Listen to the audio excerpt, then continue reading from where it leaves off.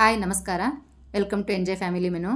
Friends, ನಾವು ಮನೆಯಲ್ಲಿ ಅಕ್ಕಿ ರೊಟ್ಟಿ, ರಾಗಿ ರೊಟ್ಟಿ, ರವೆ ರೊಟ್ಟಿ ಅಂತೆಲ್ಲ ಮಾಡ್ತೀವಲ್ಲ, ಅದೇ ಥರನೇ ಇದು ಮೂಲಂಗಿ ರೊಟ್ಟಿ ಅಂತ ಹೇಳ್ಬಿಟ್ಟು. ಇದಕ್ಕೆ ನಾವಿಲ್ಲಿ ಗೋಧಿ ಹಿಟ್ಟು ಇಲ್ಲ ಅಕ್ಕಿ ಹಿಟ್ಟು ಎರಡನ್ನಾದರೂ ಉಪಯೋಗಿಸ್ಕೋಬೋದು.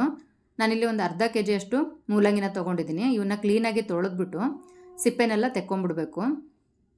ಇದು ಮೂಲಂಗಿ ರೊಟ್ಟಿ ನೀವು ಜೋಳದ ರೊಟ್ಟಿ ಇಲ್ಲಾಂದರೆ ಅಕ್ಕಿ ರೊಟ್ಟಿ ಜೊತೆಗೆ ಹೇಳ್ದಂಗೆ ಮಾಡ್ಕೋಬೋದು. ಯಾವ್ದು ಬೇಕೋ ಹಿಟ್ಟನ್ನು ನಿಮಗೆ ಇಷ್ಟ ಆಗೋ ಹಿಟ್ಟನ್ನು ಹಾಕ್ಕೋಬೋದು. ಗೋಧಿ ಹಿಟ್ಟಿಗೂ ಚೆನ್ನಾಗಿರುತ್ತೆ, ಹಾಗೆಯೇ ಅಕ್ಕಿ ಹಿಟ್ಟು ಜೊತೆಗಂತೂ ಇನ್ನೂ ಚೆನ್ನಾಗಿರುತ್ತೆ. ಇವಾಗ ಇದು ಸಿಪ್ಪೆ ಎಲ್ಲ ತೆಗೆದಾದ್ಮೇಲೆ ಕ್ಲೀನಾಗಿ ತುರ್ಕೊಳ್ಬೇಕು. ನಿಮಗೆ ನೀರು ಜಾಸ್ತಿ ಬೇಡ ಅಂತಂದರೆ ನೀವು ಚಾಪರಲ್ಲಿ ಹಾಕ್ಕೊಂಡ್ರೆ ನೀರು ಜಾಸ್ತಿ ಬರಲ್ಲ.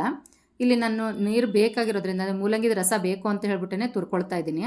ಈ ಥರ ಮೂಲಂಗಿ ರಸದಿಂದ ನಾವು ರುಚಿಯಾಗಿರುವಂಥ ಒಳ್ಳೆ ಘಮ ಪರಿಮಳ ಇರುವಂಥ ತಂಬುಳಿನ ಮಾಡ್ತೀವಿ. ಅದು ತುಂಬ ರುಚಿಯಾಗಿರುತ್ತೆ ಫ್ರೆಂಡ್ಸ್. ಅದ್ರ ಲಿಂಕು ಕೂಡ ಇದರಲ್ಲಿ ಹಾಕಿರ್ತೀನಿ, ಅದನ್ನು ಕೂಡ ಒಂದ್ಸರಿ ಚೆಕ್ ಮಾಡಿ. ನೀವು ಇದರಲ್ಲಿ ಬರೋವಂಥ ನೀರಿನಿಂದ ತಂಬುಳಿ ಮಾಡಿ ನೋಡಿ, ತುಂಬ ರುಚಿಯಾಗಿರುತ್ತೆ ಮತ್ತು ಆರೋಗ್ಯಕ್ಕೂ ಕೂಡ ತುಂಬ ಒಳ್ಳೆಯದು. ಇವಾಗ ತುಂಬ ಒತ್ತದೇ ಇದನ್ನು ಹಿಂಡ್ಕೋಬೇಕು ಮೂಲಂಗಿನ, ಅಂದರೆ ನೀರು ಸ್ವಲ್ಪ ಇರಬೇಕು. ಆಮೇಲೆ ಇದನ್ನೆಲ್ಲ ತೆಕ್ಕೊಂಡಾದಮೇಲೆ ಒಂದು ಪಾತ್ರೆಗೆ ಹಾಕ್ಕೊಂಡು ಅದಕ್ಕೆ 1-2 ಹಸಿಮೆಣ್ಸಿಕಾಯಿನ ಚಿಕ್ಕ ಚಿಕ್ಕದಾಗಿ ಕಟ್ ಮಾಡ್ಕೊಂಡಿದ್ದೀನಿ. ಹಾಗೆಯೇ ಕೊತ್ತಂಬರಿ ಹಾಕ್ಕೊಳ್ತಾ ಇದ್ದೀನಿ. ಕೊತ್ತಂಬರಿ ಹಸಿಮೆಣ್ಸಿಕಾಯಿ ಹಾಕ್ಕೊಂಡಾದ್ಮೇಲೆ ಅಜ್ವಾನನ ಕೈಯೆಲ್ಲ ಸ್ವಲ್ಪ ಕ್ರಷ್ ಮಾಡಿ ಹಾಕ್ಕೊಳ್ಳಿ. ನಿಮಗೆ ಬೇಕಿದ್ರೆ ಜೀರಿಗೆ ಹಿಡಿದು ಬೇಕಿದ್ರೆ ಜೀರಿಗೆ ಹಾಕ್ಕೊಳ್ಳಿ, ಇಲ್ಲಾಂದರೆ ಹೀಗೆ ಹುರಿದು ಪುಡಿ ಮಾಡಿಟ್ಕೊಂಡ್ರು ಜೀರಿಗೆ ಪುಡಿ ಇದ್ದರೆ ಅದು ಕೂಡ ಹಾಕ್ಕೋಬೋದು. ಹಾಗೆಯೇ 1-2 ಟೀ ಸ್ಪೂನ್ನಷ್ಟು ಎಳ್ಳನ್ನು ಹಾಕ್ಕೊಳ್ತಾ ಇದ್ದೀನಿ. ಎಳ್ಳು ಆರೋಗ್ಯಕ್ಕೆ ತುಂಬ ಒಳ್ಳೆಯದು ಫ್ರೆಂಡ್ಸ್. ನೀವು ಇದನ್ನು ಬೇಕಿದ್ದರೆ ಹಾಕ್ಕೊಳ್ಳಿ, ಇಲ್ಲಾಂದರೆ ಸ್ಕಿಪ್ ಮಾಡ್ಕೋಬೋದು. ನಾನಿಲ್ಲಿ ಗೋಧಿ ಹಿಟ್ಟಲ್ಲಿ ಕಲಿಸ್ಕೊಳ್ತಾ ಇದ್ದೀನಿ. ನೀವು ಬೇಕಿದ್ದರೆ ಅಕ್ಕಿ ಹಿಟ್ಟನ್ನು ಕೂಡ ಹಾಕ್ಕೋಬೋದು. ಹಾಗೆಯೇ ಉಪ್ಪು ಹಾಕ್ಕೊಳ್ತಾ ಇದ್ದೀನಿ. ಮತ್ತು ಹಿಟ್ಟು ನಮಗೆ ಮೂಲಂಗಿ ಎಷ್ಟು ಹಿಡಿಯುತ್ತೋ ಅಷ್ಟು ಮಾತ್ರ ಹಿಟ್ಟನ್ನು ಹಾಕ್ಕೊಳ್ಳಿ. ತುಂಬ ಜಾಸ್ತಿ ಹಾಕ್ಕೊಂಡ್ಬಿಟ್ರೆ ಮೂಲಂಗಿ ರುಚಿ ಇರಲ್ಲ, ಅಂದರೆ ನಮಗೆ ತುಂಬ ತೆಳ್ಳಗಾಗ್ತಿದೆ ಅಂತೇಳ್ಬಿಟ್ಟು ಮತ್ತು ಎಕ್ಸ್ಟ್ರಾ ಹಿಟ್ಟೆಲ್ಲ ಆ್ಯಡ್ ಮಾಡ್ಕೊಳಕ್ಕೆ ಹೋಗಬೇಡಿ. ಯಾಕಂದರೆ ಹಿಟ್ಟು ಕಲಸೋವಾಗಲೇ ಸ್ವಲ್ಪ ತೆಳ್ಳಗೆ ಬರುತ್ತೆ ಇದು.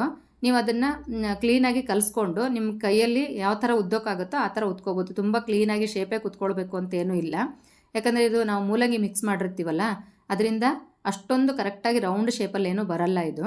ಮತ್ತು ಇವಾಗ ಮೂಲಂಗಿ ಎಲ್ಲ ಕಲಿಸ್ಕೊಂಡಾದ್ಮೇಲೆ ನಾನು ಇದಕ್ಕೆ ಸ್ವಲ್ಪ ಕೈಗೆ ಎಣ್ಣೆ ಹಚ್ಕೊಂಡು ಇಡ್ತಾ ಇದ್ದೀನಿ. ಇದನ್ನು ನೆನೆಸ್ಕೊಳ್ಳೋ ಅವಶ್ಯಕತೆ ಇಲ್ಲ. ನೀವು ಕಲಸಿದ ತಕ್ಷಣಕ್ಕೆ ಹಿಂದೆನೇ ಮಾಡ್ಕೊಂಬಿಡ್ಬೇಕು ರೊಟ್ಟಿನ.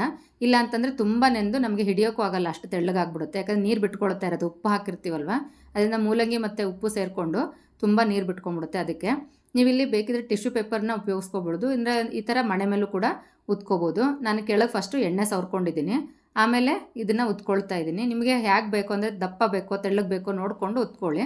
ಆದಷ್ಟು ತೆಳ್ಳಗೆ ಉತ್ಕೊಂಡ್ರೆ ಚೆನ್ನಾಗಿರುತ್ತೆ. ಇಲ್ಲ ನಿಮಗೆ ಇದು ರೋಟಿ ಮೇಕರ್ ಇರುತ್ತಲ್ಲ, ಅದರಲ್ಲೂ ಕೂಡ ತುಂಬ ಚೆನ್ನಾಗಿ ಬರುತ್ತೆ. ಅದರಲ್ಲಿ ನಿಮಗೆ ಉದ್ದೋ ಅವಶ್ಯಕತೆ ಇರಲ್ಲ, ಅದರಲ್ಲೇ ಪ್ರೆಸ್ ಮಾಡಿದ್ರೂ ಚೆನ್ನಾಗಿ ಬರುತ್ತೆ. ಇನ್ನು ಎಷ್ಟು ಬೇಕೋ ಅಷ್ಟು ತೆಳ್ಳಗೂ ಕೂಡ ಆಗುತ್ತೆ. ಬಟ್ ಈ ಥರ ಮಾಡೋದು ರುಚಿ ಜಾಸ್ತಿ ಇರುತ್ತೆ ಇದು.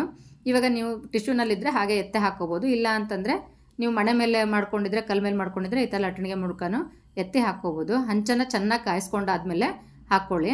ಆಮೇಲೆ ಒಂದು ಸೈಡ್ ಬೇಯಿಸ್ಕೊಂಡಾದ್ಮೇಲೆ 2 ಕಡೆಗೂ ಸ್ವಲ್ಪ ಎಣ್ಣೆ ಹಾಕ್ಕೊಂಬಿಟ್ಟು ಚೆನ್ನಾಗಿ ಬೇಯಿಸ್ಕೋಬೇಕು ಫ್ರೆಂಡ್ಸ್. ಇದು ನೀವು ರೊಟ್ಟಿ ಮಾಡೋವಾಗಲೇ ಒಳ್ಳೆ ಪರಿಮಳ ಬರುತ್ತೆ, ತುಂಬ ಚೆನ್ನಾಗಿರುತ್ತೆ.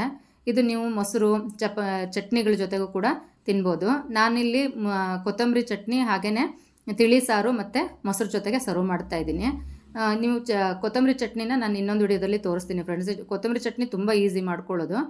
ಇದಕ್ಕೆ ಮೇಯ್ನಾಗಿ ಕೊತ್ತಂಬರಿ, ಬೆಳ್ಳುಳ್ಳಿ, ಖಾರ ಮತ್ತು ಉಪ್ಪು ಆದರೆ ಸಾಕು, ತುಂಬ ಚೆನ್ನಾಗಿರುತ್ತೆ. ಮತ್ತು ಕ್ವಿಕ್ಕಾಗಿ ನಿಮಗೆ ಬಾಯಿ ಕೆಟ್ಟಿದ್ರೆ ಬೇಗನೆ ಮಾಡ್ಕೊಂಬಿಡ್ಬೋದು, ಮತ್ತು ಅಷ್ಟೇ ರುಚಿಯಾಗಿರುತ್ತೆ. ಅನ್ನಕ್ಕೂ ತುಂಬ ಚೆನ್ನಾಗಿರುತ್ತೆ ಇದು. ಹಾಗೆಯೇ ಮೊಸರಿಗೆ ಚಾಟ್ ಮಸಾಲ ಇಲ್ಲ ಅಂತಂದರೆ ಉಪ್ಪು ಇಲ್ಲ ಅಚ್ಕಾರದ ಪುಡಿ ಹಾಕ್ಕೊಂಡು ಕೂಡ ತಿನ್ಬೋದು. ನಾನು ಹೇಳ್ದಂಗೆ ಕೊತ್ತಂಬರಿ ಚಟ್ನಿಗಂತೂ ಒಳ್ಳೆ ಕಾಂಬಿನೇಷನ್ನು. ಇವತ್ತು ಮಾಡಿರೋಂಥ ಮೂಲಂಗಿ ರೊಟ್ಟಿ ಇಷ್ಟ ಆಗಿದ್ದರೆ ಲೈಕ್, ಕಮೆಂಟ್ ಮತ್ತು ಶೇರ್ ಮಾಡಿ ಫ್ರೆಂಡ್ಸ್. ಹೀಗೇ ಸಪೋರ್ಟ್ ಮಾಡ್ತಾಯಿರಿ. Thank you.